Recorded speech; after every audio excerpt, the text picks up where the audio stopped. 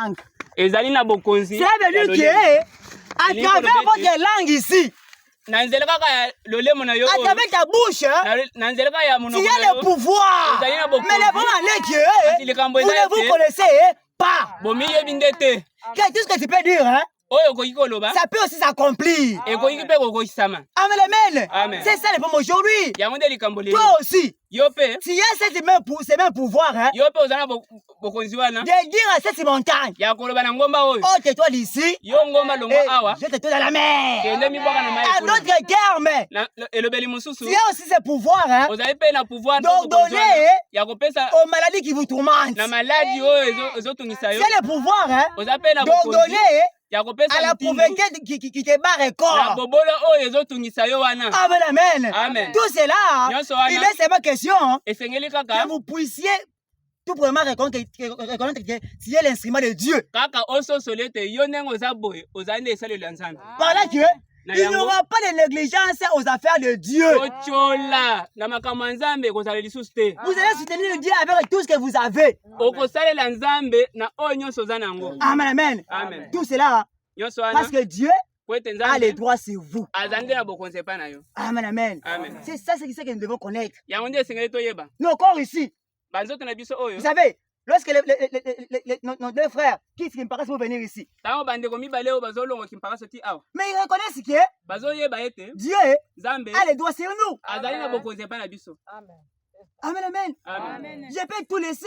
esengeli etika nyonso. Mon corps ici nzoto na nga oyo n'a pas le pouvoir sur moi. eza na bokonzi epai na nga te. Lorsque je connais que ntango je suis l'instrument de Dieu et nazali que Dieu demande mon corps pour le sacrifier. ntango oyo nzambe alingi nzoto na nga po ete nasalela ye. Ah, je vais le lui abandonner. nakotikela ye yango. Dieu a besoin nzambe aza na de posa mon intelligence na boyebi oyo ya ngai pour interpréter la parole de Dieu. po ete nakolimbola eloba Mais nzambe. moi je vais battre retraite.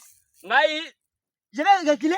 ngai nazonga nsima. Non, nakozonga je nsima vais te. prendre mon intelligence, hein, nakozwa mayele oyo ya mais ngai que c'est là natia ngo na mosala pour le service de Dieu. po ete esalela nzambe. Amen. Amen. Mais vous avez une bonne voix. oza na mongongo ya malamu Mettez cela au service de Dieu. esengeli otia ngo na mosala. Ma sœur, ndeko na mais nga tu es mwasi encore vierge. oza na yo moseka. Mais garde-toi. esengeli Dieu omisatela nzambe a son serviteur quelque part, hein. azali na mosali na ye bisika moko boye Il va être honoré alingi ete à travers, hein, une jeune sœur vierge. na ete na nzela ya ndeko moko Mais aza pourquoi moseka. vous allez abuser vos corps kasi mpo na nini yo ndeko mwasi ozotyola nzoto na yo moko auprès des aventuriers? epai bafantiri oyo Non, ma sœur. bongo te ndeko ya mwasi. Amen. Amen. Même si tu es petite, ata oza nano elengi mwana mais moke même si ata tu n'as pas encore atteint l'âge, ata okomeli nanu te mais à reconnaître que esengeli oyeba je suis ete instrument de Dieu. nazali esalelo ya Lorsqu'il va nzambe. grandir demain, ntango nakokola lobi Dieu nzambe a un plan accompli avec moi. azali na mwango moko ya kokokisa na ngai. Acclamez très fort pour Jésus. tobeta yankolo yesu maboko.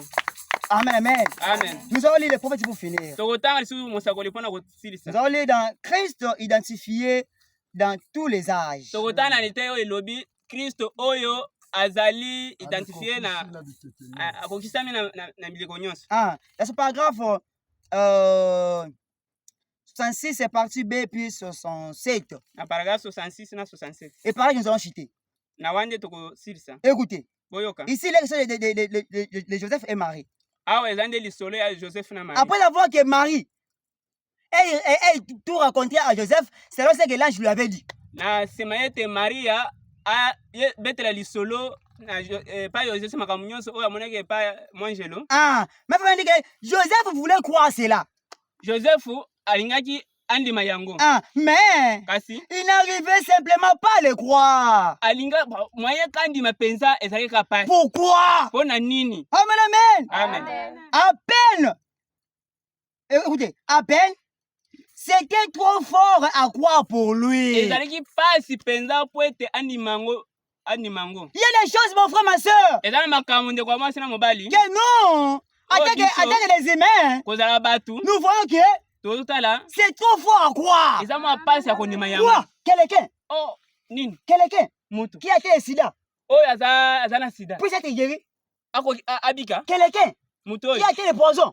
oyo bamelisa ye mbondo. Poison de retarder là. poison oyo eumelaka wana. Hein? Puisse être guéri.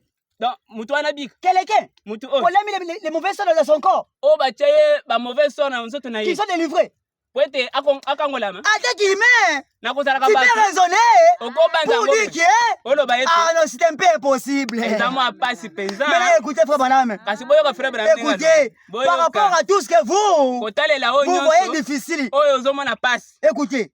Et pourquoi nous le voyons difficile? Écoutez. Mais vous savez, c'était une chose inhabituelle. Ah, comme que c'est pas inhabituel. Les gens ont déjà mis un point sur ça. Que cela ne peut jamais s'accomplir. Non, nous avons maintenant pris acte.